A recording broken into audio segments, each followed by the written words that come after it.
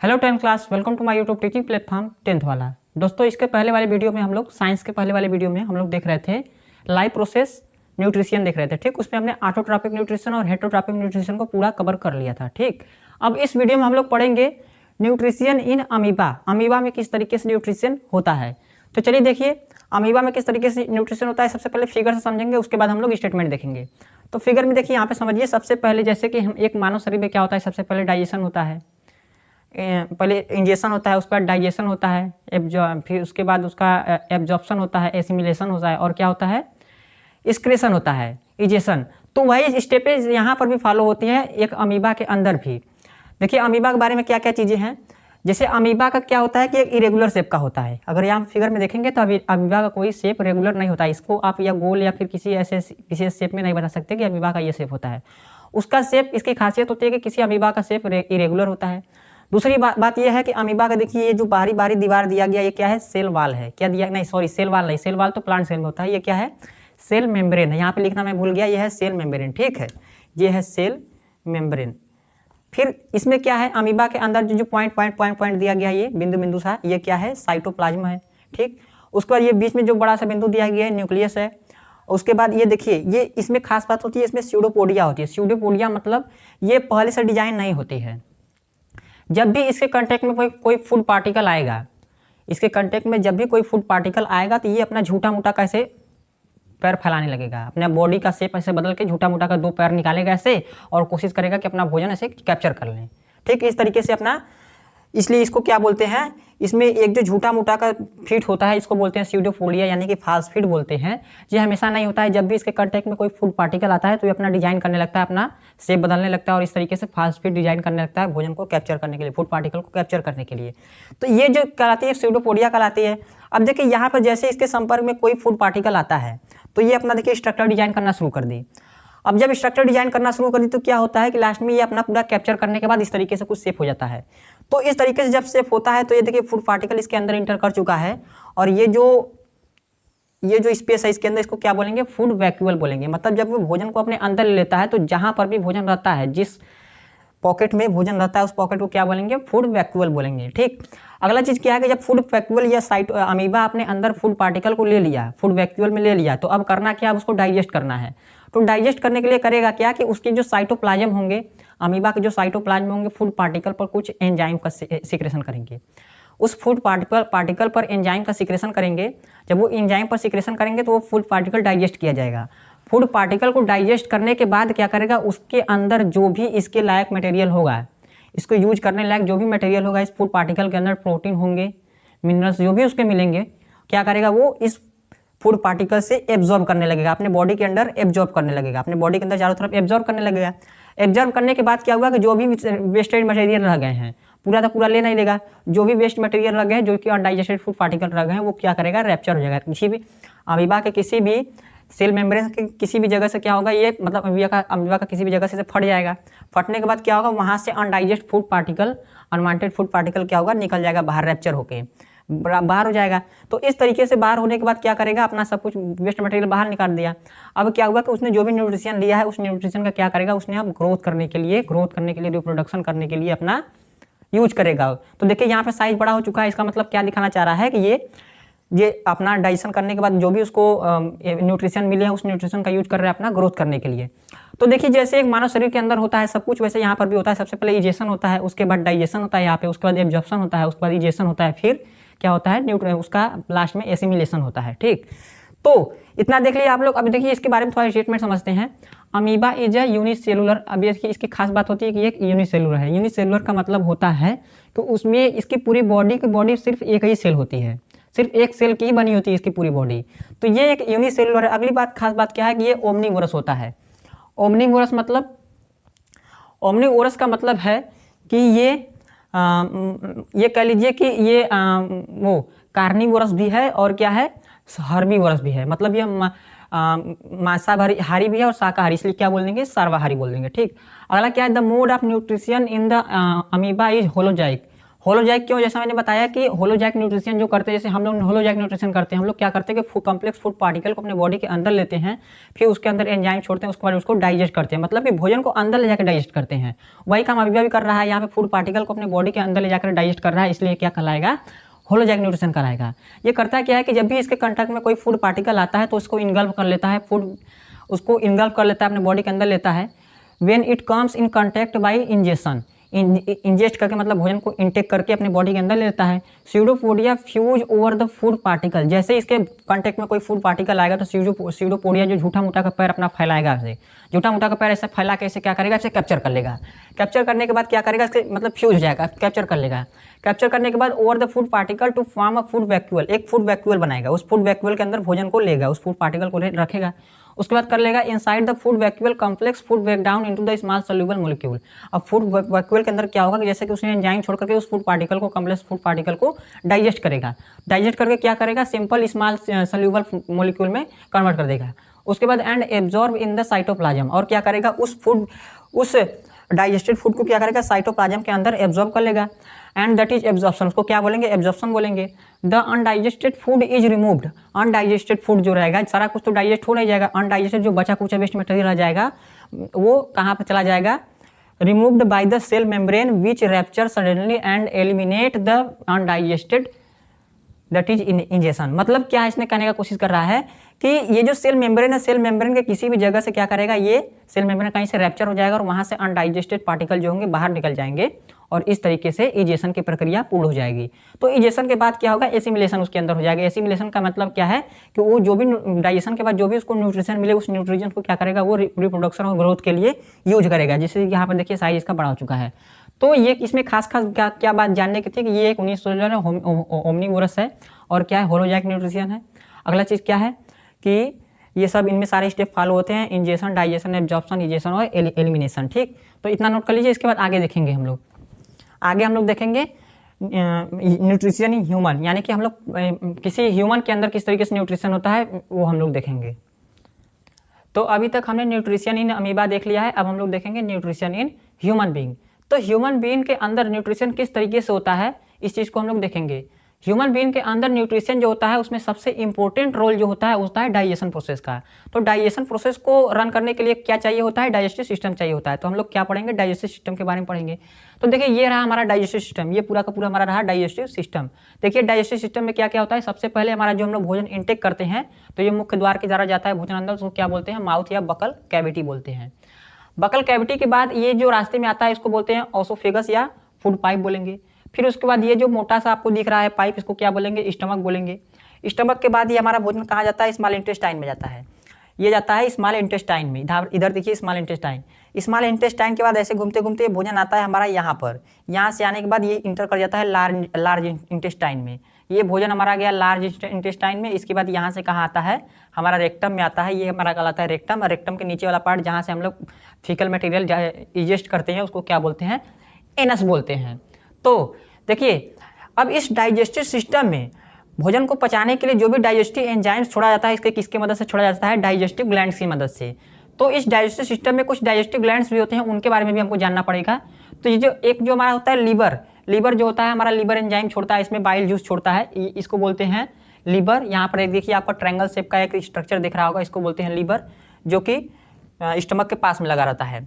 ठीक, और अगला है हमारा गाल ब्लैडर। इसी के पास एक छोटी सी थैली नुमा स्ट्रक्चर होती है, उसको बोलते हैं ग्रीन कलर का, येलोइश ग्रीन कलर का, हल्का पीला और हल्का हरा कलर का, इसको बोलते हैं गाल ब्लैडर। फिर ये क्या करता है, इससे इस जो गाल ब्लैडर है इससे एक पतली सी पाइप निकली होती है जो कि जाकर डायरेक्ट यहाँ पर मिलती है, स्मॉल इंटेस्टाइन के पहले वाले पार्ट में मिलती है। इस जो नली होती है इसको क्या बोलते हैं, बाइल डक्ट बोलते हैं। ठीक, अगला क्या है, यहाँ पर एक और ग्लैंड होती है जिसको बोलते हैं पैनक्रियाटिक ग्लैंड, पैनक्रियास बोलते हैं। और ये पैनक्रियास क्या होता है, इस तरीके से लीफ शेप का होता है, लीफ स्ट्रक्चर का होता है, इसका स्ट्रक्चर लीफ के जैसा होता है। और ये यहाँ पर होता है जस्ट स्टमक के जस्ट नीचे होता है।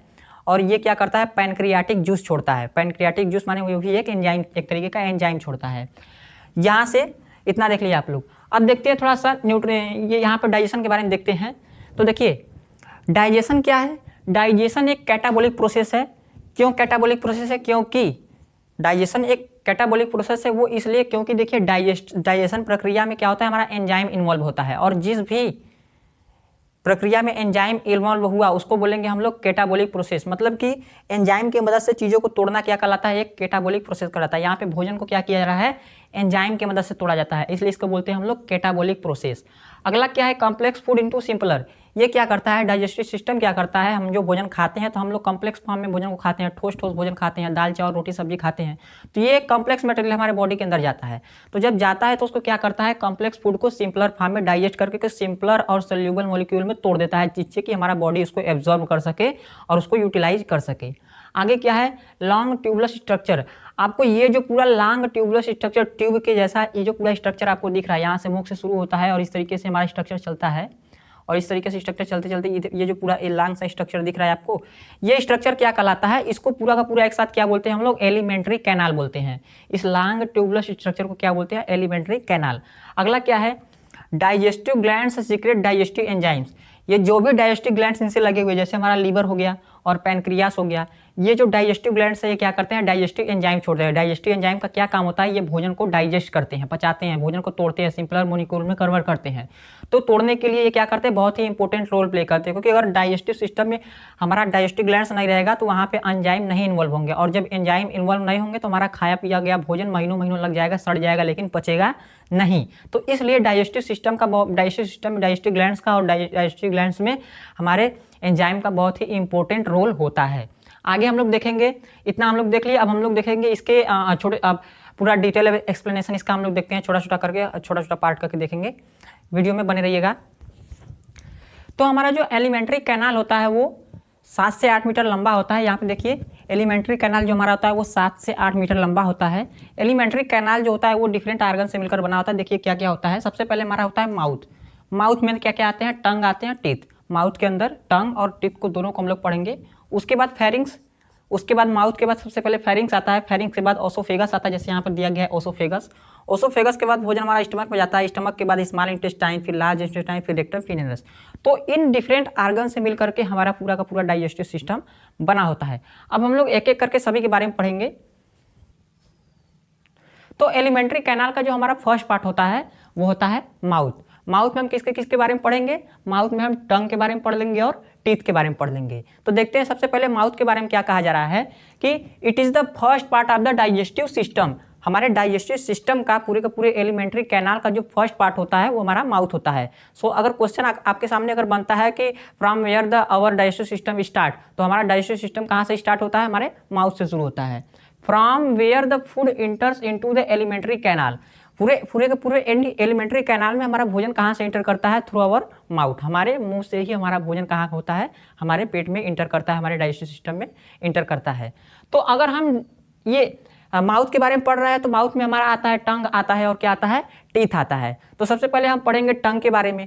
टंग के बारे में जान लेते हैं क्या होता है। देखिए टंग के बारे में अगर कहा जाए तो टंग होता है हमारा ये मस्कुलर सेंसेसरी आर्गन होता है। मस्कुलर होता है क्योंकि मांस का बना होता है।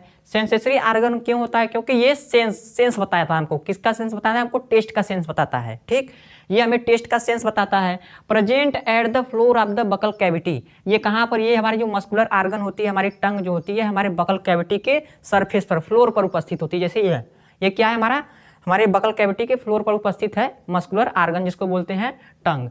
और क्या है, बियस द सेवरल टेस्ट बर्ड्स, ये क्या करते हैं, हमारी जो टंग है, टंग पर बहुत सारे टेस्ट बर्ड्स पाए जाते हैं, उसके बारे में भी हम आपको बताएंगे। And help in mixing the food with saliva. ठीक, और जब हम लोग भोजन को खाते हैं, उसको चबाते हैं, तो भोजन को जब हम लोग चबाते हैं, कूटते काटते हैं, उसको पीसते हैं, तो उनमें हम लोग क्या करते हैं, सलाइवा को मिक्स करने की कोशिश करते हैं। हमारा जो मस्कुलर आर्गन टंग होता है, ये टंग क्या करता है, भोजन में सलाइवा को मिक्स करने में बहुत ही मदद करता है। अब बात आती है कि सलाइवा के बारे में हम लोग कब पढ़ेंगे, तो सलाइवा के बारे में हम तब पढ़ेंगे जब हम लोग डाइजेस्टिव एंजाइम्स और डाइजेस्टिव ग्लैंड्स के बारे में पढ़ेंगे। अभी फिलहाल में हम एलिमेंट्री कैनाल के बारे में पढ़ रहे हैं, डाइजेस्टिव ग्लैंड्स के बारे में हम लोग अलग से देखेंगे। तो हमारा ये जो मस्कुलर आर्गन टंग है, उस टंग पर बहुत सारे टेस्ट बर्ड उपस्थित है, हम उसको टेस्ट बर्ड के बारे में पढ़ेंगे। तो टेस्ट बर्ड देखिए कैसे होता है, किस तरीके से होता है। हमारा जैसे ये मान लीजिए हमारा टंग है, टंग इस तरीके से हमारा टंग का स्ट्रक्चर है। तो देखिए टेस्ट बर्ड कहाँ कहाँ पर पाए जाते हैं। तो टेस्ट बर्ड का जो रीजन होता है, सबसे पीछे एक होता है, ये बीटा टेस्ट के लिए रिस्पॉन्सिबल होता है। उसके बाद हमारा जो फ्रंट वाला पार्ट होता है, ये स्वीट टेस्ट के लिए होता है। किसके लिए होता है, स्वीट टेस्ट के लिए, मीठा मीठा के लिए। बगल में होता है हमारा सावर और साल्ट और सावर। ये जो बगल में हमारा होता है ये किसके लिए होता है, साल्ट के लिए, और ये सावर के लिए होता है, सावर टेस्ट के लिए। जैसे हमारा ये जो सामने वाला पार्ट है इसको क्या बोलेंगे हम लोग, ये स्वीट के लिए रिस्पॉन्सिबल होता है। जैसे स्वीट, अब स्वीट से लगा हुआ यहाँ टी से खत्म होता है तो इसको साल्ट से शुरू कर दीजिए, साल्ट। ठीक, उसके बाद सावर, और स्वीट के जस्ट अपोजिट क्या है, बीटर। जैसे मीठा का जस्ट उल्टा क्या होता है, तीखा, तो स्वीट के जस्ट अपोजिट क्या हो गया, बीटर हो गया। अब ये हमने टंग के बारे में देखा कि टंग में हमारा क्या होता है, ये मस्कुलर आर्गन है, present in the floor of the buccal cavity and several taste bud help in mixing the food with saliva and helpful in speech. ये बोलने में भी बहुत ज़्यादा मदद करता है, हमारा टंग क्या करता है, बोलने में भी बहुत ज़्यादा मदद करता है। और इसमें टेस्ट बर्ड्स होते हैं जो कि हमारे टेस्ट को सेंस करके बताते हैं कि हमारा स्वीट है या बीटर है या फिर साल्ट है। इसको याद करने का सिंपल ट्रिक है कि सबसे पहले आपका स्वीट है, स्वीट के जस्ट अपोजिट उल्टा होता है हमारा तीखा, तो उसका बीटर हो गया, और स्वीट से लगा हुआ टी से खत्म होता है, टी से साल्ट हो गया, और फिर यहाँ से सावर हो जाता है। फिर आगे देखेंगे हम लोग टीथ के बारे में पूरा डिस्कस करेंगे, डिटेल एक्सप्लेनेशन देखेंगे। तो माउथ के अंदर यदि हम दांत के बारे में बात करें, टीथ के बारे में बात करें, तो इसके बारे में क्या कहा जा सकता है, these are the hard structure present at the both upper and lower jaw. हमारे अपर और लोअर जबड़ों में दोनों में क्या होता है, हार्ड स्ट्रक्चर पाया जाता है, हार्ड स्ट्रक्चर होता है ये।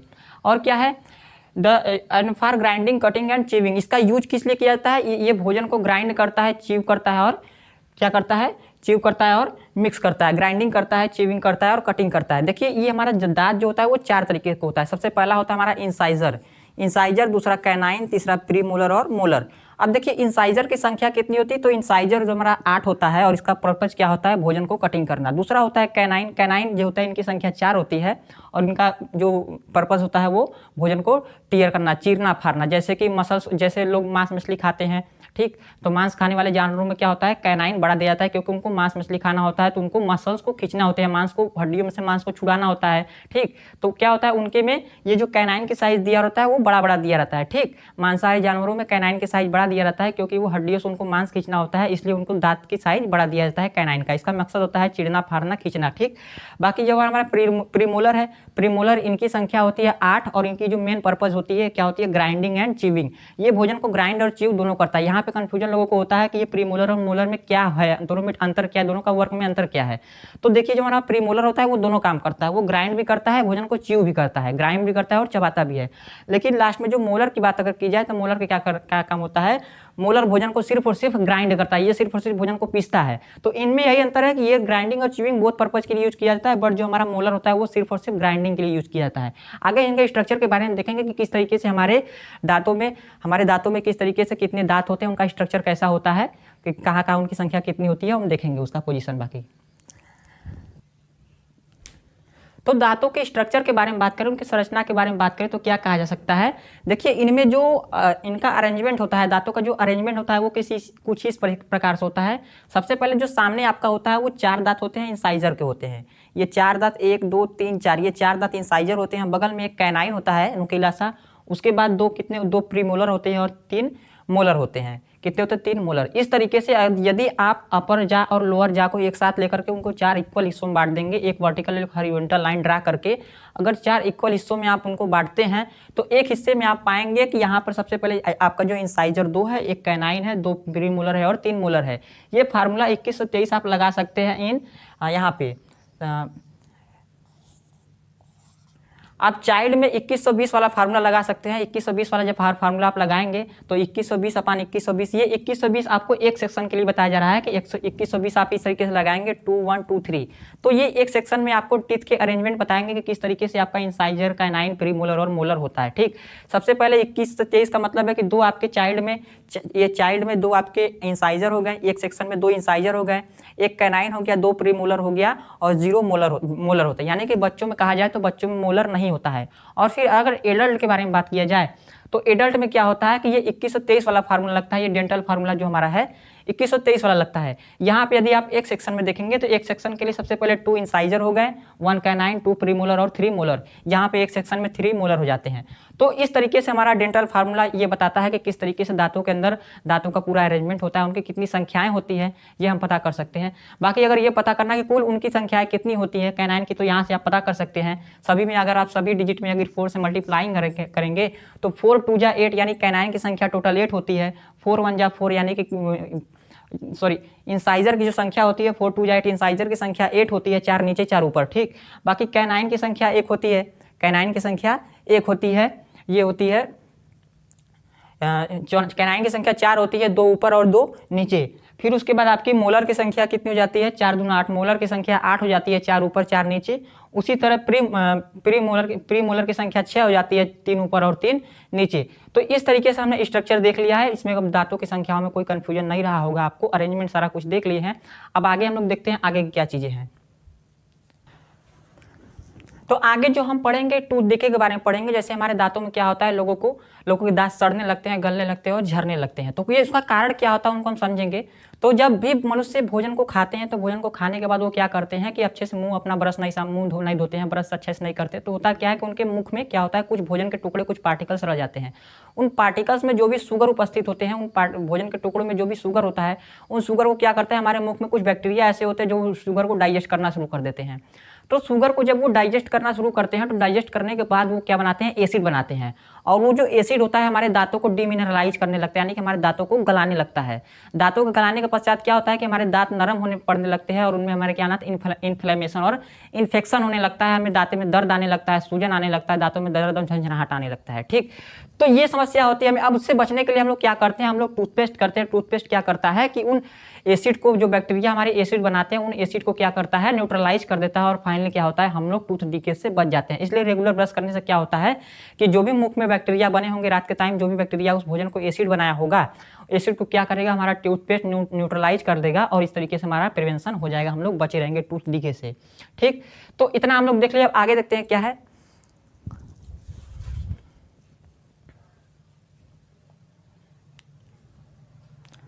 और एक चीज़ क्या है कि जब टूथ डिके होता है तो एक चीज़ छूट गया, जब टूथ डिके होता है तो उसमें जो हमारा दांत का कौन सा पार्ट डैमेज होता है, ये चीज़ भी क्वेश्चन कभी कभी पूछ देता है।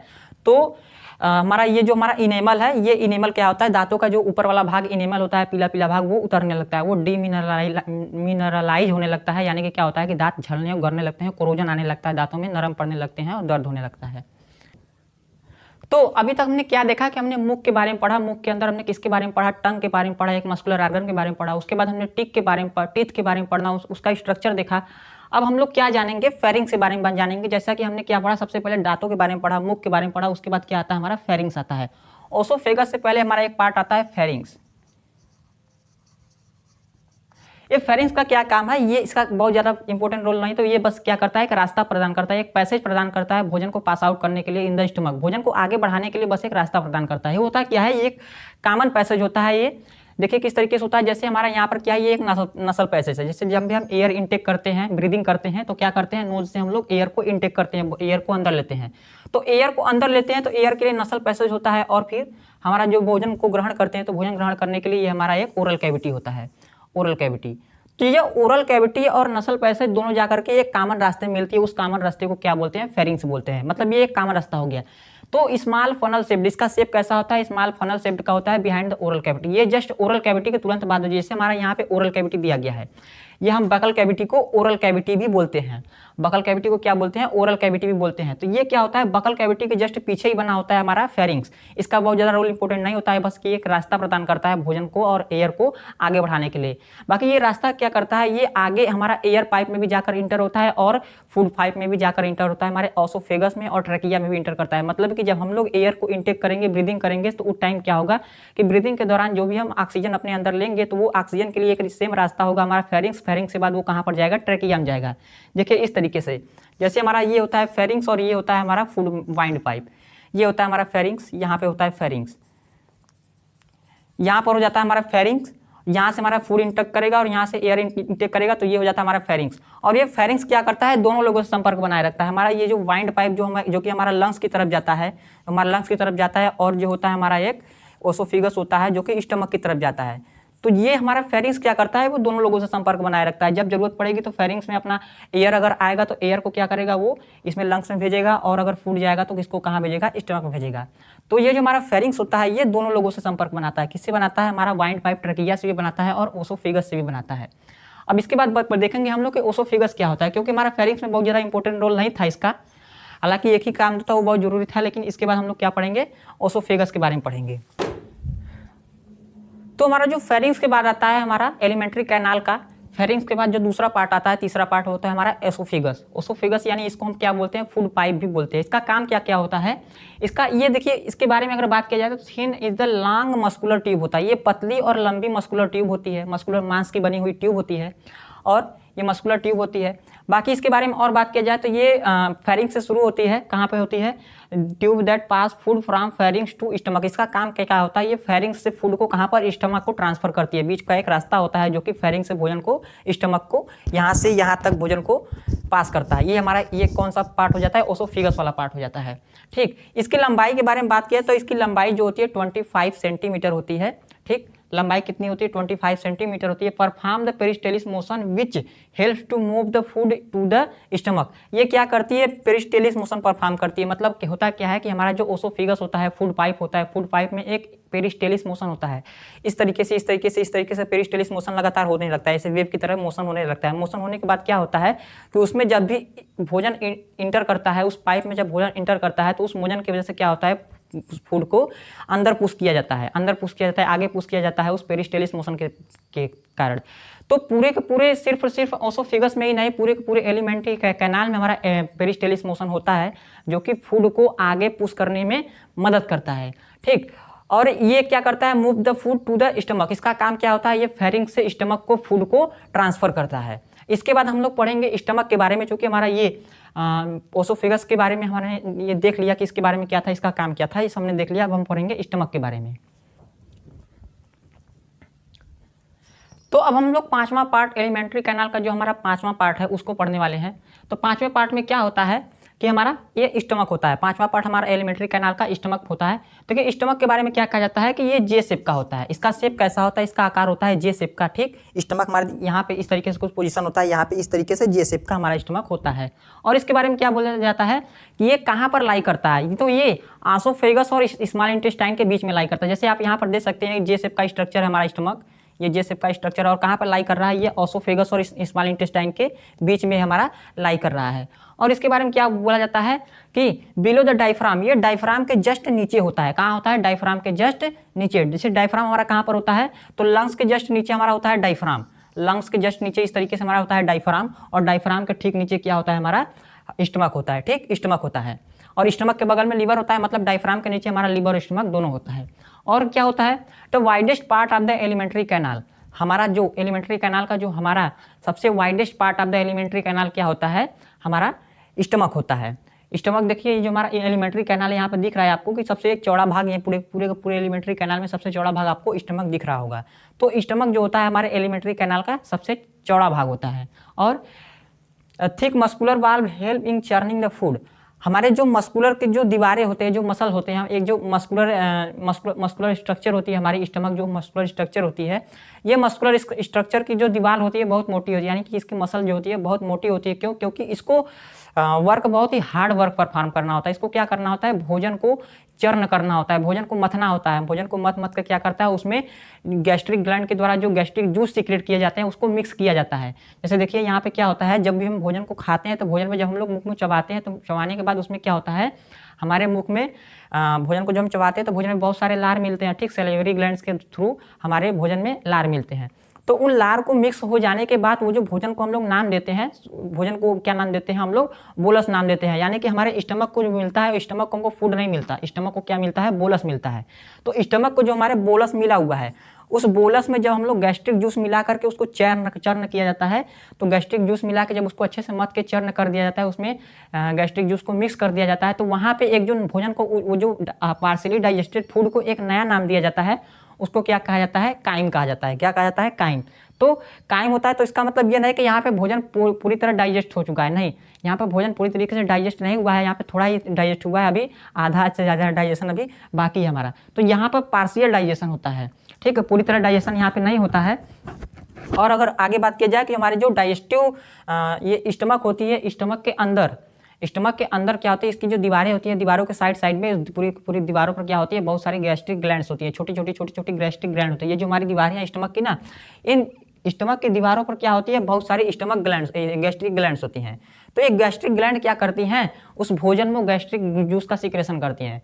गैस्ट्रिक जूस का सिक्रेशन करती है और जो गैस्ट्रिक जूस होता है वो क्या करता है, हमारे भोजन के प्रोटीन को पचाना शुरू कर देता है। अभी हम इसके बारे में थोड़ा सा डिटेल देखेंगे कि गैस्ट्रिक ग्लैंड कौन कौन से एंजाइम्स को छोड़ता है, गैस्ट्रिक जूस में कौन कौन से एंजाइम्स होते हैं और उनका काम कौन कौन से प्रोटीन को पचाना होता है, वो हम लोग देखेंगे आगे। फिलहाल में हम लोग अभी एलिमेंट्री कैनाल के बारे में पढ़ रहे हैं। तो अभी तक हमने स्टमक के बारे में इतना देख लिया। अब स्टमक के आगे क्या आता है, हमारा स्मॉल इंटेस्टाइन आता है। तो हम लोग पढ़ेंगे अब इसके आगे स्मॉल इंटेस्टाइन के बारे में पढ़ेंगे। ठीक, हमारा जो एंजाइम और ग्लैंड्स वाला पार्ट है उसको अभी हम लोग इग्नोर करते चल रहे हैं, मतलब साइड में रखते चल रहे हैं। उसको हम लोग जब हम डाइजेस्टिव एंजाइम्स के बारे में पढ़ेंगे, डाइजेस्टिव ग्लैंड्स के बारे में पढ़ेंगे, तब उसके बारे में हम लोग देखेंगे। अभी फिलहाल के लिए इतना देखिए, इसके बाद हम लोग स्मॉल इंटेस्टाइन के बारे में पढ़ेंगे। तो स्टमक के बाद जो हमारा पार्ट आता है एलिमेंट्री कैनाल का, वो होता है हमारा स्मॉल इंटेस्टाइन। तो स्मॉल इंटेस्टाइन के बारे में देखते हैं क्या होता है, इसके बारे में क्या बोला जाता है।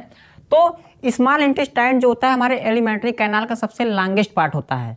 नाम तो है स्मॉल, लेकिन होता सबसे लॉन्गेस्ट है। क्यों लॉन्गेस्ट है इसको बताया जाएगा, क्योंकि देखिए जो हमारा एलिमेंट्री कैनाल होता है उसमें लंबाई के हिसाब से इसका नाम रखा गया है, इसमें मतलब उनके चौड़ाई के हिसाब से उनका नाम रखा गया है स्मॉल इंटेस्टाइन। तो स्मॉल इंटेस्टाइन का जो डायमीटर होता है, स्मॉल इंटेस्टाइन की लंबाई तो बहुत ज़्यादा होती है लेकिन डायमीटर बहुत ही छोटी होती है। जबकि लार्ज इंटेस्टाइन की बात में किया जाए तो लार्ज इंटेस्टाइन का डायमीटर बहुत छोटा होता है, बट इनका लेंथ क्या होता है, छोटा होता है। देखिए स्मॉल इंटेस्टाइन का जो डायमीटर होता है बहुत ही छोटा होता है, बट अगर लेंथ की बात की जाए तो बहुत ही बड़ा होता है। वैसे ही अगर लार्ज इंटेस्टाइन के बारे में बात किया जाए तो लार्ज इंटेस्टाइन का जो डायमीटर होता है वो बहुत ही ज़्यादा होता है और लंबाई कम होती है। तो इनकी लंबाई के हिसाब से इनका नाम नहीं रखा गया है। जो लार्ज इंटेस्टाइन अगर बोला जाता है तो इनके लंबाई के हिसाब से इनको लार्ज नहीं बोला जाता है। ठीक, इनको बोला जाता है स्मॉल इंटेस्टाइन। तो इनकी लंबाई के हिसाब से स्मॉल नहीं बोला जाता है, इनके डायमीटर के हिसाब से बोला जाता है, क्योंकि डायमीटर के हिसाब से परफेक्ट बताया। अगर लंबाई के हिसाब से बात की जाए तो स्मॉल इंटेस्टाइन को लार्ज इंटेस्टाइन करना पड़ जाएगा। ठीक, क्योंकि ये हमारा है स्मॉल इंटेस्टाइन और इसमें इसकी चौड़ाई कम होती है, इसके डायमीटर के हिसाब से इसको नाम दिया गया स्मॉल इंटेस्टाइन। बट इसकी लंबाई की बात की जाए, स्मॉल इंटेस्टाइन की लंबाई की बात की जाए तो इसकी लंबाई एलिमेंट्री कैनाल में सबसे अधिक होती है। ठीक, as compare to large intestine. Large intestine की लंबाई जो होती है वो स्मॉल इंटेस्टाइन से कम होती है, बट डायमीटर ज़्यादा होता है, इसलिए डायमीटर की वजह से उसको बोला जाता है लार्ज इंटेस्टाइन। बट अगर साइज़ की बात की जाए, लंबाई की बात की जाए तो लार्ज इंटेस्टाइन की साइज़ जो होती है, लंबाई जो होती है वो स्मॉल इंटेस्टाइन से कम होती है। ठीक, तो ये चीज़ ध्यान दीजिए। अगला है the longest part of the alimentary canal. Alimentary canal का सबसे लॉन्गेस्ट पार्ट जो होता है हमारा स्मॉल इंटेस्टाइन होता है। क्वाइल्ड स्ट्रक्चर, क्वाइल्ड स्ट्रक्चर मतलब देखेंगे तो हमारे डाइजेस्टिव सिस्टम में जो हमारा जो क्वाइल्ड स्ट्रक्चर होता है, बहुत सारे मतलब ऐसे घूमे घूमे पूरा एकदम घुमा घुमा स्ट्रक्चर में जैसा दिखता है। तो ये जो देखिए डाइजेस्टिव सिस्टम में पूरे स्ट्रक्चर में आपको ये जो बहुत ज़्यादा कॉम्प्लिकेटेड मटेरियल दिख रहा है यहाँ पे, एकदम घुमाया हुआ, बहुत ज़्यादा क्वाइल, बहुत ज़्यादा मात्रा में इसको क्वाइल किया जाता है यहाँ पे। ठीक, क्योंकि ये स्मॉल इंटेस्टाइन की लंबाई बहुत ही ज़्यादा होती है। ठीक, तो लंबाई ज़्यादा होने की वजह से क्या किया जाता है, इनको क्वाइल करके रखा जाता है हमारे स्टमक में। ठीक, तो ये क्वाइल्ड स्ट्रक्चर होते हैं हमारे डाइजेस्टिव सिस्टम में। आगे अगर इनके बारे में बात किया जाए तो इनकी पोजीशन कहाँ पर होती है, तो ये हमारे बेली में होती है। ठीक, इनकी पोजीशन हमारे बेली में होती है। और हर्बीवोर हैव लॉन्ग इंटेस्टाइन। अगर हर्बीवोरस प्लांट के बारे में बात किया जाए, क्योंकि हर्बीवोरस प्लांट क्या करते हैं, वो ज़्यादा घास फूस खाते हैं। ठीक, तो घास फूस खाने वाले, हरे प्लांट पौधे खाने वाले लोग क्या करते हैं, अपने अंदर सेलुलोज को लेते हैं। ठीक है, प्लांट के थ्रू क्या करते हैं, प्लांट के अंदर सेलुलोज बहुत ज़्यादा पाया जाता है। तो जो भी जानवर हरे पत्ते खाते हैं, ठीक, साग सब्जी खाते हैं, घास खाते हैं, तो वो क्या करते हैं कि कहीं ना कहीं वो सेलुलोज को अपने अंदर ले रहे होते हैं। अब जब सेलुलोज अंदर जा रहा है तो उनको डाइजेस्ट करने की भी जरूरत पड़ती है। तो डाइजेस्ट करने के लिए हमको एक स्ट्रांग एलिमेंट्री कैनाल चाहिए, एक स्ट्रांग डाइजेस्टिव सिस्टम चाहिए। तो स्ट्रांग डाइजेस्टिव सिस्टम में सबसे ज़्यादा जो हमारा, क्योंकि देखिए स्मॉल इंटेस्टाइन क्या होता है, हमारा साइट ऑफ द डाइजेशन होता है। मतलब हमारे पूरे के पूरे डाइजेस्टिव सिस्टम में स्मॉल इंटेस्टाइन जो होता है वो सबसे इंपॉर्टेंट रोल प्ले किया जाता है। और जब सेलुलोज आएगा तो सेलुलोज एक बहुत ही कॉम्प्लेक्स मटेरियल है। ठीक, सेलुलोज एक बहुत ही कॉम्प्लेक्स कंपोनेंट है, तो उसको पचाने के लिए हमको एक स्ट्रांग डाइजेस्टिव सिस्टम चाहिए। तो चूंकि डाइजेस्टिव सिस्टम में सबसे इंपॉर्टेंट रोल किसका होता है, स्मॉल इंटेस्टाइन का होता है, इसलिए हर्बीवोरस लोगों में, हर्बीवोरस एनिमल्स में स्मॉल इंटेस्टाइन की साइज बड़ी रखी जाती है ताकि सेलुलोज का डाइजेशन कंप्लीटली हो सके, किसी कॉम्प्लेक्स मटेरियल का डाइजेशन अच्छे से हो सके। जबकि अगर कार्निवोरस की बात की जाए तो कार्निवोरस जैसे कि मांसाहारी जानवर क्या करते हैं कि वो मीट मांस मछली खाते हैं। तो मीट मांस मछली खाने वालों को क्या करता है, वो अपने अंदर प्रोटीन को लेते हैं, ना कि वो सेलुलोज को लेते हैं। तो प्रोटीन लेने वालों को स्मॉल इंटेस्टाइन की बहुत ज़्यादा जरूरत नहीं होती है, क्योंकि स्मॉल इंटेस्टाइन में मुख्यतः बहुत ज़्यादा रूप से कार्बोहाइड्रेट का डाइजेशन हो रहा होता है, ना कि सेलुलोज का डाइजेशन, मतलब ना कि प्रोटीन का डाइजेशन हो रहा है। प्रोटीन का डाइजेशन हमारा मेनली कहाँ पर हो रहा होता है, प्रोटीन का डाइजेशन हमारे स्टमक में हो रहा होता है। तो स्टमक तो सबके पास होते हैं, बट अगर स्मॉल इंटेस्टाइन की बात की जाए तो स्मॉल इंटेस्टाइन का हमारा कार्बोहाइड्रेट डाइजेशन के लिए बहुत ही ज़्यादा इंपॉर्टेंट होता है, ना कि प्रोटीन के लिए। तो जो भी कार्निवोरस लोग होते हैं, कार्निवोरस क्या करते हैं, मांस मछली खाते हैं, इसका मतलब यह है कि वो अपने अंदर प्रोटीन को ले रहे होते हैं। अब अगर वो अपने अंदर प्रोटीन को ले रहे हैं तो उनको क्या करना है, उनको अपने स्टमक को स्ट्रांग रखना है, ना कि उनको स्मॉल इंटेस्टाइन बहुत ज़्यादा कॉम्प्लिकेटेड चाहिए, क्योंकि घास फूस तो वो खा नहीं रहे हैं, ठीक। तो स्मॉल इंटेस्टाइन की ज़्यादा जरूरत नहीं पड़ती, इसमें उनके अंदर स्मॉल इंटेस्टाइन की साइज छोटी रखी जाती है। आगे अगर बात कीजिए तो site of the complete digestion, देखिए जो हमारा स्मॉल इंटेस्टाइन होता है ये कंप्लीट डाइजेशन यहाँ पर होता है। अगर पूछा जाए कि हमारा डाइजेशन कंप्लीट कहाँ पर होता है, हमारे डाइजेस्टिव सिस्टम में डाइजेशन कंप्लीट कहाँ पर होता है, डाइजेशन की प्रोसेस, तो ये डाइजेशन की प्रोसेस जो कंप्लीट होती है वो कहाँ पर होती है, स्मॉल इंटेस्टाइन में होती है। Secretion from the liver and pancreas enters the small intestine to help in the digestion, ठीक।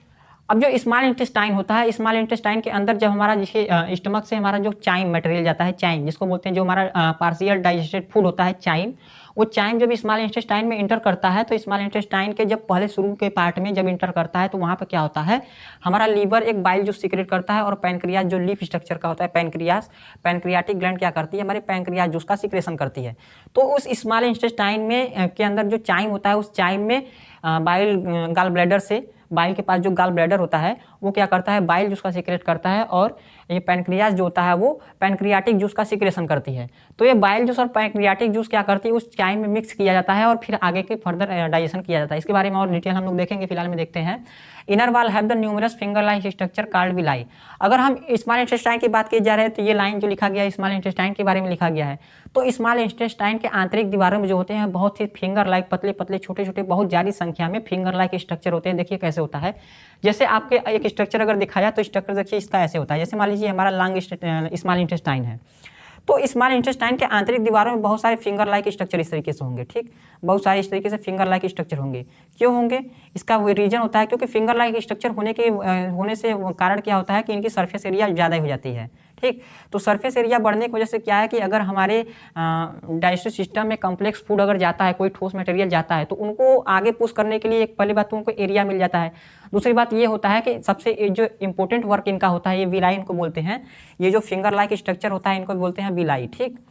तो विलाई बोलते हैं। तो इन विलाई का काम क्या होता है, ये सरफेस एरिया को इंक्रीज कर देते हैं। और दूसरा इनका वजह क्या होता है कि इन विलाई का सबसे जो इंपॉर्टेंट काम होता है वो होता है डाइजेस्टेड फूड से एसेंशियल फूड न्यूट्रिशन को लेना, जैसे कार्बोहाइड्रेट प्रोटीन फैट जो डाइजेस्ट हो चुके हैं, सोल्यूबल फॉर्म में कन्वर्ट हो चुके हैं, तो उनको अपने ब्लड के अंदर एब्जॉर्ब करना है। तो इनका जो विलाई का यही काम होता है, मेन काम होता है इनका एब्जॉर्प्शन होता है, डाइजेस्टेड फूड से एसेंशियल फूड मटेरियल को, न्यूट्रिएंट्स को एब्जॉर्ब करना होता है, ठीक।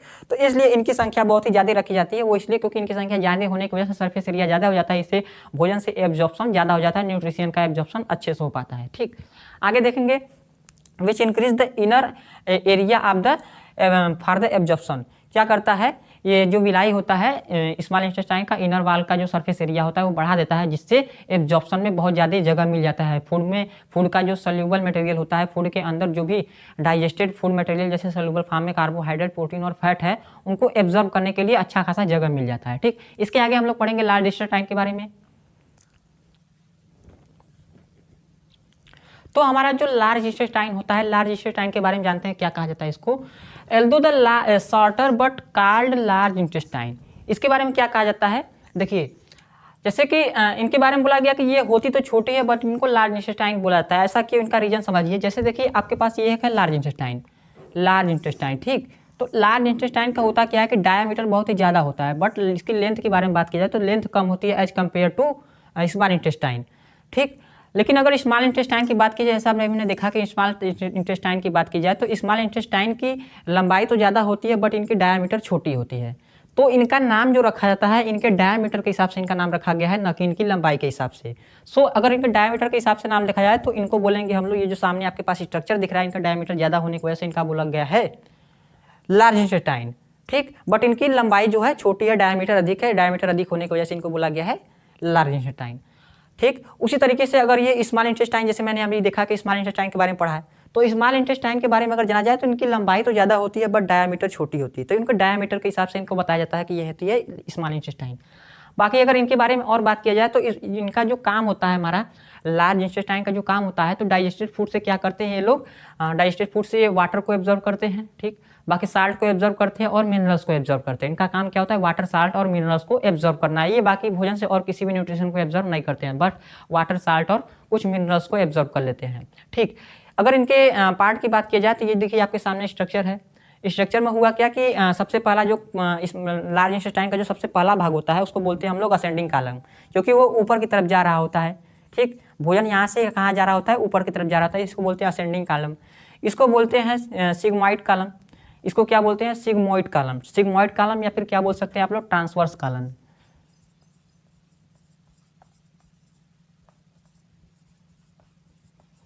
इसको बोलेंगे सिग्मॉइड कॉलम या फिर ट्रांसवर्स कॉलम बोलेंगे। अगला क्या है, डिसेंडिंग कॉलम। इसको डिसेंडिंग कॉलम क्यों बोलते हैं, क्योंकि भोजन यहाँ से नीचे की तरफ जा रहा होता है, ऊपर से नीचे। ठीक, मतलब बढ़ते से घटते, तो इसको क्या बोल देंगे, डिसेंडिंग कॉलम। फिर बाकी आपका रेक्टम है, रेक्टम के बारे में अभी देखेंगे। ये समझिए कि असेंडिंग कॉलम, डिसेंडिंग कॉलम, क्योंकि भोजन ऊपर जा रहा था नीचे से ऊपर बढ़ते हुए क्रम में, तो असेंडिंग, ऊपर से नीचे मतलब घटती हुई डिसेंडिंग। बाकी ये जो दो पैरेलल दिख रही है, पैरेलल को आप कट करने वाला क्या हो जाता है, ट्रांसफर्स हो जाता है। इसको ट्रांसफर्स या क्या बोल देंगे, सिग्मॉइड कॉलम।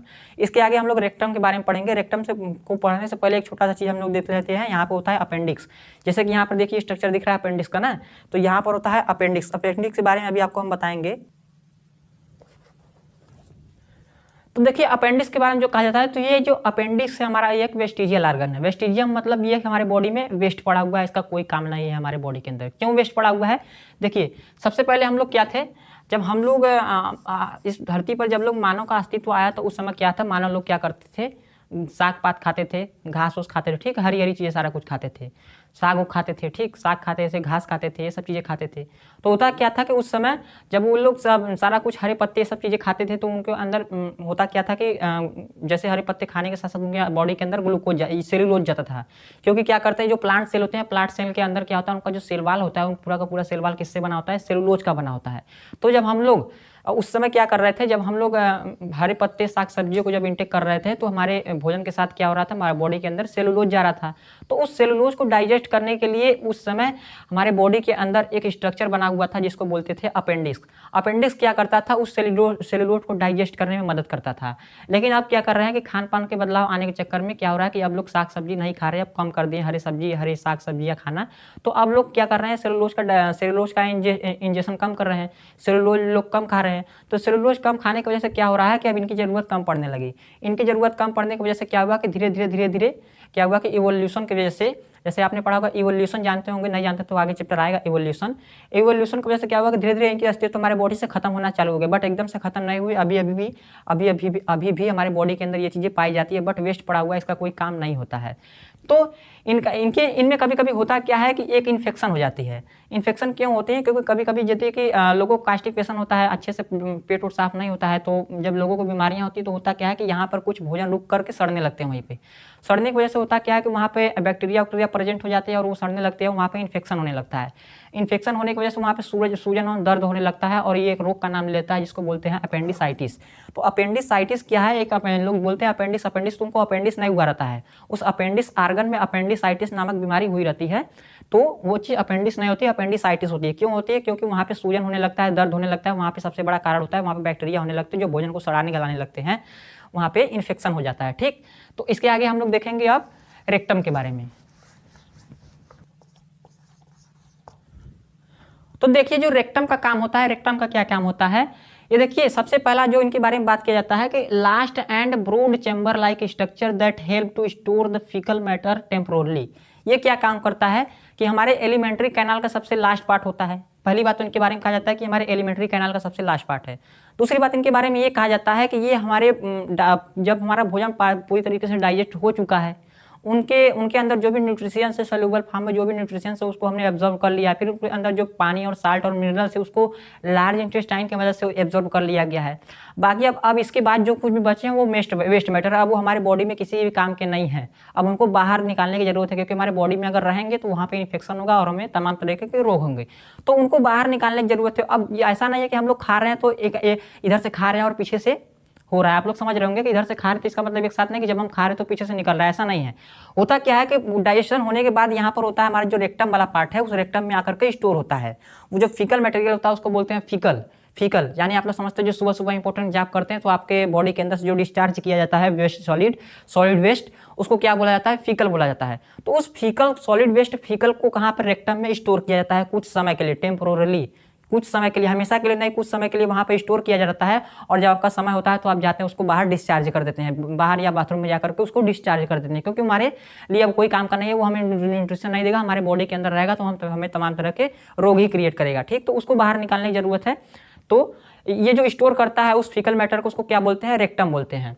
बाकी रेक्टम के बाद हम एनस के बारे में पढ़ेंगे। तो एनस का क्या काम होता है, तो एनस का ज़्यादा काम नहीं था, बस एनस क्या करता है, ये एक ओपनिंग होता है। ठीक, हमारे एलिमेंट्री कैनाल का ये एंड पॉइंट होता है, ओपनिंग होता है, यहाँ से क्या करता है, फीकल मैटर को बाहर थ्रो आउट कर दिया जाता है। तो हमारा जो एनस होता है, एनस के बारे में ज़्यादा कुछ नहीं जानना है, एनस के बारे में बस इतना जानना है कि it is the end point of the alimentary canal. AC का मतलब है एलिमेंट्री कैनाल। हेल्प इन एक्सिंग द वेस्ट मैटर, हमारे बॉडी के अंदर जो भी वेस्ट मैटर, फीकल मैटर है, उनको बाहर निकालने में मदद करता है। This regulate the anal sphincter muscle, हमारे जो एनस में, एनस के अंदर जो मसल पाया जाता है उसको बोलते हैं एनस स्पिंक्टर मसल। उस एनस स्पिंक्टर मसल की मदद से वेस्ट मैटर को बॉडी से बाहर डिस्चार्ज कर दिया जाता है। क्यों डिस्चार्ज कर दिया जाता है, इस एनल स्पिंक्टर मसल ऐसा क्या वर्क करता है, तो एनल स्पिंक्टर मसल क्या करता है, ये बॉडी में पेरिस्टेलिस मोशन क्रिएट करता है। जब बॉडी में पेरिस्टेलिस मोशन क्रिएट करेगा तो होगा क्या, उस समय बॉडी से जो भी क्या होता है, वेस्ट मैटर होता है, उसको बाहर थ्रो आउट कर दिया जाता है। तो इतना हमने डाइजेस्टिव सिस्टम के बारे में इतना देखा। अभी जो कुछ भी छूटा है अभी वीडियो के में बने रहिए, ऐसा नहीं है कि सारा कुछ पढ़ा दिया गया आपके बारे में, इतना ही कुछ पढ़ाएंगे हम डाइजेस्टिव सिस्टम के बारे में, नहीं, अभी और बहुत सारी चीजें हैं उसके बारे में हम लोग पढ़ाएंगे। अभी तो हम लोग एलिमेंट्री कैनाल के बारे में पढ़ रहे थे ना, अभी हम लोग क्या पढ़ेंगे, डाइजेस्टिव ग्लैंड्स के बारे में पढ़ेंगे और उसके एंजाइम्स के बारे में पढ़ेंगे। तो कि कौन कौन से डाइजेस्टिव ग्लैंड्स होते हैं, कौन से एंजाइम सीक्रेट करते हैं, उन एंजाइम्स की मदद से क्या कौन कौन से फूड कंपोनेंट का डाइजेशन होता है, वो हम पूरा कंप्लीट देखेंगे। तो एक चीज़ आप लोग ध्यान रखिएगा, जैसे सबसे पहले जब हम लोग भोजन को इंटेक करते हैं तो वहाँ पे सबसे पहले जब हम लोग भोजन को इंटेक करते हैं तो हमारे माउथ में जो होता है, माउथ में उसको बोलते हैं बोलस, जो कि सलाइवा मिक्स हो चुका रहता है तो उसको क्या बोलते हैं, बोलस। अगला चीज होता है माउथ के बाद जब वो स्टमक में जाता है, स्टमक में जाता है तो स्टमक में जब गैस्ट्रिक जूस मिक्स हो जाती है तो उसको क्या बोलते हैं, चाइम। स्टमक में जब गैस्ट्रिक जूस मिल चुका है तो उसको क्या बोलेंगे, चाइम बोलेंगे। और चाइम के बाद जब लास्ट में उस वेस्ट मैटर को बाहर निकाला जा रहा है, एनस की मदद से जब वेस्ट मैटर को बाहर निकाला जा रहा है तो उसको क्या बोला जा रहा है, फीकल बोला जा रहा है। क्या बोला जा रहा है, फीकल। तो सबसे पहले हम लोग भोजन को खाते हैं, फूड को इंटेक करते हैं, फूड को इंटेक करने के बाद जब माउथ में सलाइवा मिक्स हो जाते हैं तो उसको बोलते हैं बोलस। ठीक, बोलस बोलते हैं। उसके बाद जब हम लोग स्टमक में जाता है तो स्टमक में जब गैस्ट्रिक जूस मिक्स कर दिया जाता है अच्छे से तो उसको बोलते हैं काइम।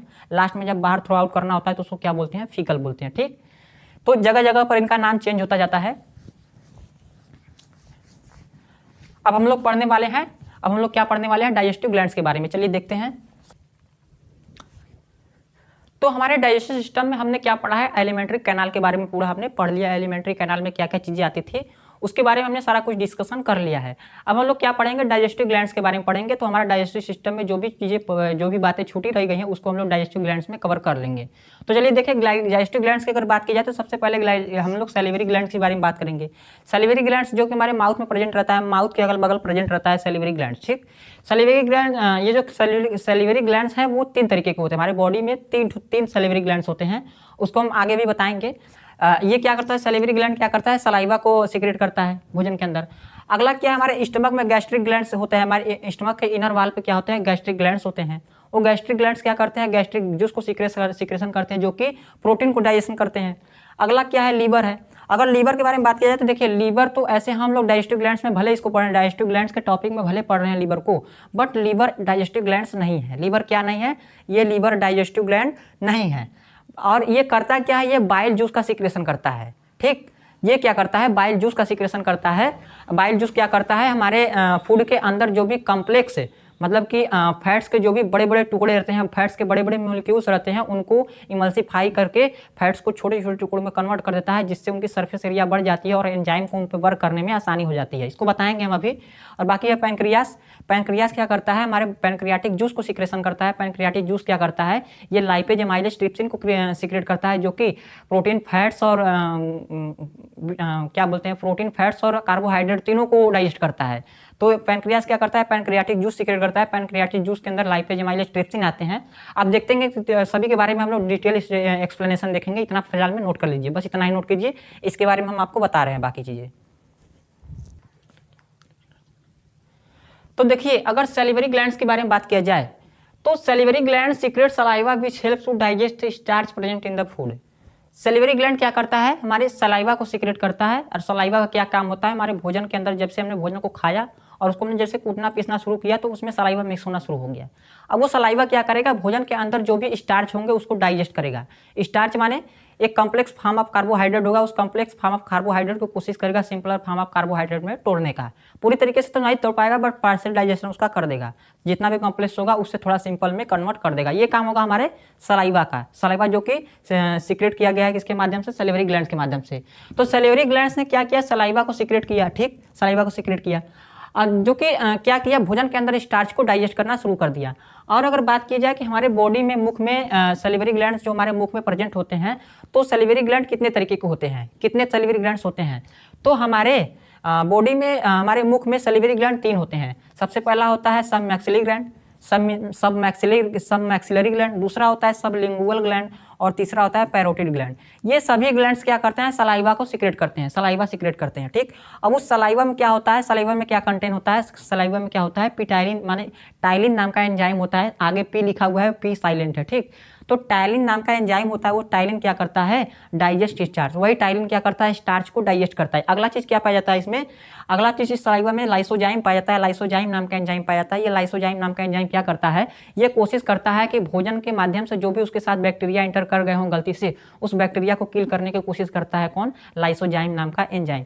तो इस तरीके से हमने सलाइवा के बारे में देखा, हमने सलाइवा के बारे में क्या जाना कि सलाइवा क्या करता है, हमारे भोजन के अंदर स्टार्च को डाइजेस्ट करने की कोशिश करता है। दूसरा काम इसका क्या होता है, दूसरा काम इसके अंदर, इस सलाइवा के अंदर लाइसोजाइम नाम का एंजाइम होता है जो कि भोजन के अंदर बैक्टीरिया को मारने की कोशिश करता है, ठीक। और ये सलिवरी ग्लैंड्स कितने तरीके के होते हैं, तो 3 तरीके के होते हैं, सब मैक्सिलरी ग्लैंड, सबलिंगुअल और पैरोटिड ग्लैंड। ये 3 तरीके के सलिवरी ग्लैंड हमारे माउथ में पाए जाते हैं, ठीक। अब इसके आगे देखते हैं।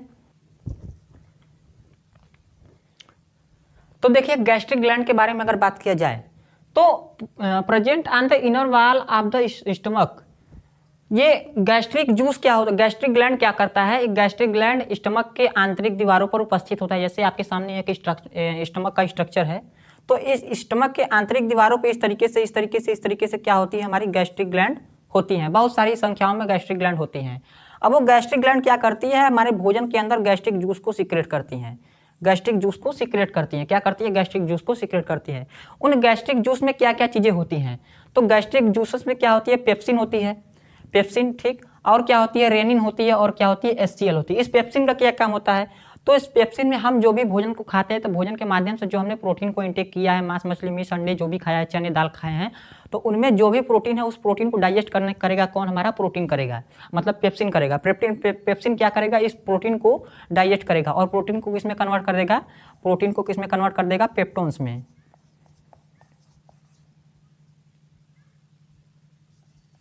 हाँ, ये पेप्सिन क्या करेगा, उस भोजन के अंदर जो भी प्रोटीन होंगे, प्रोटीन को किसमें कन्वर्ट कर देगा, पेप्टोन्स में। बाकी ये रेनिन का क्या काम होता है, रेनिन नाम का भी एंजाइम पाया जाता है उस गैस्ट्रिक जूस में, रेनिन नाम का भी एंजाइम पाया जाता है। ये रेनिन क्या करता है, मिल्क प्रोटीन को डाइजेस्ट करता है। हमारे मिल्क के मतलब दूध जब पीते हैं बच्चे, तो उस दूध में जो भी प्रोटीन उपस्थित होता है, उस प्रोटीन को डाइजेस्ट करने का कौन काम करता है, ये रेनिन काम करता है। इसलिए बच्चों में रेनिन नाम का एंजाइम बहुत ज़्यादा एक्टिव होता है, और बच्चों में, बेबीज में ये रेनिन नाम का एंजाइम बहुत तेजी से बनता है। क्यों बनता है, क्योंकि बच्चे क्या करते हैं, दूध बहुत ज़्यादा पीते हैं, ठीक। वो दूध ही पीते हैं बच्चे, तो दूध पीते हैं तो उनको क्या करना है, मिल्क प्रोटीन को डाइजेस्ट करना है, इसलिए उनके में रेनिन नाम की एंजाइम बहुत ज़्यादा एक्टिव होती है, बहुत ज़्यादा तेजी से बनती है। तीसरा क्या होता है, एचसीएल पाया जाता है। ये एचसीएल क्या करता है, भोजन के अंदर जो भी बैक्टीरिया उसको मार देता है। जैसे हम भोजन को खाते हैं तो भोजन के अंदर जो हमारे सलाइवा मिक्स हुआ उसमें, तो सलाइवा के अंदर जो भी लाइसोजाइम नाम की एंजाइम है, उस लाइसोजाइम एंजाइम ने कोशिश किया कि भोजन के अंदर जो भी बैक्टीरिया उसको हम किल कर दें, बट कुछ ऐसे बैक्टीरिया थे जो कि लाइसोजाइम एंजाइम ने उस बैक्टीरिया को नहीं मार सका, कुछ बच के चली आई हमारे स्टमक में। तो स्टमक में चली आया, तो अब स्टमक में चली आया तो स्टमक क्या करेगा, गैस्ट्रिक जूस का सीक्रेट करेगा, जिसमें कि एचसीएल भी होगा। वो एचसीएल क्या करेगा, बचे कुछ जो बैक्टीरिया रहेंगे उसको मारने की कोशिश करेगा एचसीएल, तो उस बैक्टीरिया को मार देता है कि हमारे बॉडी के अंदर रोग ना हो सके। दूसरा इसका काम क्या होता है, एचसीएल को एक्टिवेट द एंजाइम, ये इन दोनों एंजाइम को क्या करता है, एक्टिव कर देता है। ये पेप्सिन और रेनिन नाम के एंजाइम को क्या कर देता है, एक्टिव कर देता है। जैसे यहाँ पे क्या होती है कि केमिकल रिएक्शन हो रही होती है, भोजन को डाइजेशन के दौरान क्या हो रही थी कि एंजाइम क्या कर रही होती है, केमिकल रिएक्शन ही कर रही होती है। तो उस केमिकल रिएक्शन में क्या होता है, ये जो डाइजेस्टिव एंजाइम्स होती है उनको बहुत ज़्यादा एक्टिव कौन कर देता है, हमारे एचसीएल का काम क्या करता है, बहुत ज़्यादा एक्टिव कर देता है। और ये एचसीएल का क्या काम होता है वो देखते हैं।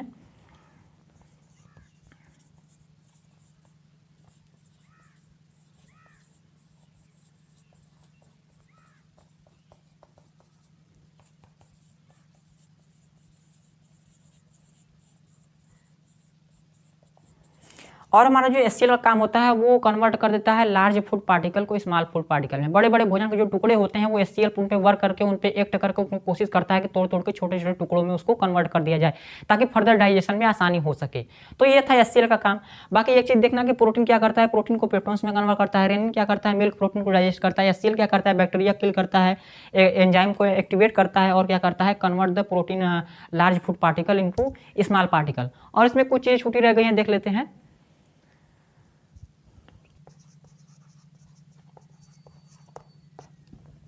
एक चीज था इसमें म्यूकोसा लेयर। म्यूकोसा लेयर क्या होता है, ये हमारे डाइजेस्टिव सिस्टम जो होता है, हमारा स्टमक जो होता है, स्टमक के आंतरिक दीवारों पर क्या होती है, गैस्ट्रिक ग्लैंड्स होती हैं। वो गैस्ट्रिक ग्लैंड्स क्या करते हैं, गैस्ट्रिक जूस को सीक्रेट करती है और उसमें HCl भी होता है। अब आप लोग जानते होंगे कि चूंकि HCl एक एसिड है, हाइड्रोक्लोरिक अम्ल एक एसिड है, और वो एसिड क्या कर सकता है, हमारी स्टमक के आंतरिक दीवारों को क्या करता है, डैमेज कर सकता है, वहाँ पे घाव छाले भी बना सकता है। ठीक, हमारे स्टमक को क्या करता है, उनके स्टमक क्योंकि मसल का बनाता है तो उन मसल्स को डैमेज भी कर सकता है HCl। तो उस HCl से अपने मसल्स को बचाने के लिए स्टमक अपने मसल्स को बनाने के लिए एक और अपने पास रखा रहता है, उसको बोलते हैं म्यूकोसा लेयर। म्यूकोसा लेयर उस मसल्स के उसकी आंतरिक दीवारों पर म्यूकोसा की लेयर भी बनी होती है जो कि म्यूकस का सिक्रेशन करती है। क्या करती है, सिक्रेट म्यूकस। ये क्या करती है, म्यूकोसा लेयर क्या करती है, म्यूकस को भी सिक्रेट करती है। और वो म्यूकस क्या करता है, हमको किससे बताता है, हमारे आंतरिक दीवारों को, स्टमक के आंतरिक दीवारों को कोरोजन से बचाता है, फ्रॉम HCl। HCl हमारे स्टमक के आंतरिक दीवारों को कोरोजन ना कर सके, उसको काट ना सके, उनको छाले दर्द ना पहुंचा सके, वहाँ पे कोई घाव ना कर सके, डैमेज ना कर सके। इस चीज को बचाने के लिए स्टमक के अंदर एक और स्ट्रक्चर पाई जाती है जिसको बोलते हैं म्यूकोसा लेयर। ये म्यूकोसा लेयर क्या करता है, म्यूकस नाम का सलाइवा सीक्रेट करता है, म्यूकस नाम की सलाइवा सीक्रेट करता है। और ये म्यूकस क्या करता है, आंतरिक दीवारों पर ऐसे लगा रहता है और क्या करता है, प्रोटेक्ट करता है फ्रॉम HCl, हमको प्रोटेक्ट करता है। ठीक, तो इतना आपने देख लिया। और एक चीज में था, क्या छूटा था इसमें, हमको शायद अभी ध्यान आया था।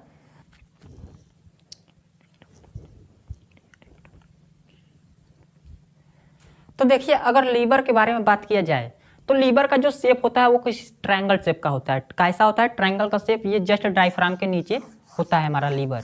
डायफ्राम के नीचे हमारा ये स्टमक भी होता है और लीवर भी होता है। तो इनके स्ट्रक्चर की बात की जाए, इनके शेप की बात की जाए, तो लीवर का जो शेप होता है हमारा ट्रायंगल शेप का होता है। ठीक, ये हमारे बॉडी के मतलब हमारे स्टमक के राइट साइड में पाया जाता है। कहाँ पाया जाता है, राइट साइड में पाया जाता है, यहाँ पर। ठीक, अगला क्या किया जाता है कि ये जो लीवर होता है, लीवर के पास एक छोटी सी थैली होती है जिसको बोलते हैं गाल ब्लैडर बोलते हैं। क्या बोलते हैं, गाल ब्लैडर। ये लीवर क्या करता है, लीवर क्या करता है, हमारे पित्त यानी कि बाइल जूस को बनाता है। बाइल जूस को कौन बनाता है, हमारा लीवर बनाता है। लीवर सीक्रेट करता है बाइल जूस को। और ये गाल ब्लैडर का क्या काम होता है, उस बाइल जूस को स्टोर करके रखता है अपने पास। ठीक, यानी ये फैक्ट्री हो गई और उसका ये स्टोरेज रूम हो गया। ठीक, अगला क्या है, इन बाइल ये जो इनसे जो बाइल जूस निकलती है तो इन जो रास्ते की मदद से निकलती है, एक जो पाइप लगा होता है बीच में, इस पाइप को क्या बोलते हैं, बाइल डक्ट बोलते हैं। क्या बोलते हैं, बाइल डक्ट बोलते हैं। अगला क्या है कि अगर इनके बारे में अगर नीचे देखिए, पैनक्रियाज भी यहाँ पे बना दिए हैं हम। पैनक्रियाज का स्ट्रक्चर कैसा होता है, लीफ शेप का इसका स्ट्रक्चर होता है। ये क्या करती है, पैनक्रियाटिक जूस का सिक्रेशन करती है। ठीक, पैनक्रियाटिक जूस का सिक्रेशन करती है। और इनके पैनक्रियाटिक जूस जिस डक्ट के माध्यम से सिक्रेट करती है उस डक्ट को क्या बोलते हैं, पैनक्रियाटिक डक्ट बोलते हैं। तो फिलहाल में देखते हैं इनके बारे में क्या कहा जा रहा है।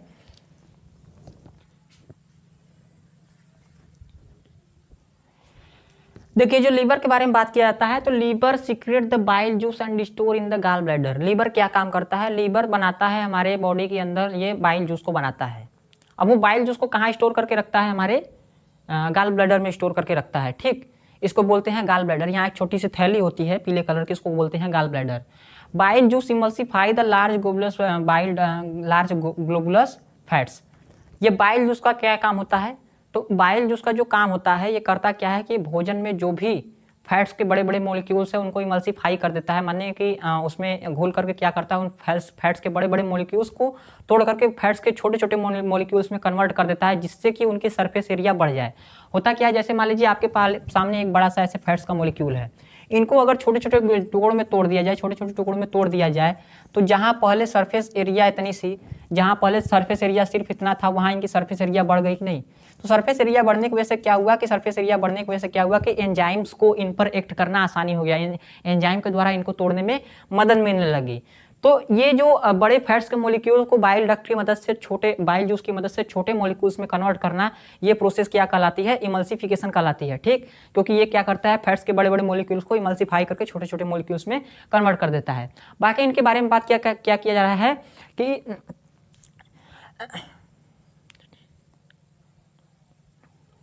और ये क्या करती है, ये जो जैसे कि हमने क्या किया कि यहाँ स्टमक में हमारे जो भोजन था, स्टमक में जब उनमें गैस्ट्रिक जूस मिल गए होते हैं, तो गैस्ट्रिक जूस में मिलने के बाद उसको क्या बोला जाता था? काइम बोला जाता था, काइम। तो यहाँ पे देखिए लिखा भी गया है काइम। तो होता क्या है कि वो जो काइम होता है वो एसिडिक मीडियम का होता है, उस काइम में बहुत ज़्यादा एसिड होता है। क्यों एसिड होता है? क्योंकि उसमें गैस्ट्रिक जूस मिले होते हैं, और आप जानते हैं ऑलरेडी कि हमने पढ़ा है अभी कि उस गैस्ट्रिक जूस में HCl मिले होते हैं। तो HCl की वजह से होता क्या है कि इस भोजन बहुत ज़्यादा एसिडिक हो जाता है। तो एसिडिक हो जाता है तो उसको क्या करता है? बाइल जूस में जब उसमें सीक्रेट किया जाता है तो बाइल जूस क्या होता है? बेसिक बिहेवियर का होता है। बाइल जूस किस नेचर का होता है? बेसिक नेचर का होता है। तो उस एसिडिक फूड को बेसिक बाइल जूस मिल करके उसको क्या करता है? न्यूट्रलाइज कर देता है। क्या करता है? न्यूट्रलाइज कर देता है। ठीक, तो इतना आपने देख लिया, इसके बारे में और आगे देखेंगे।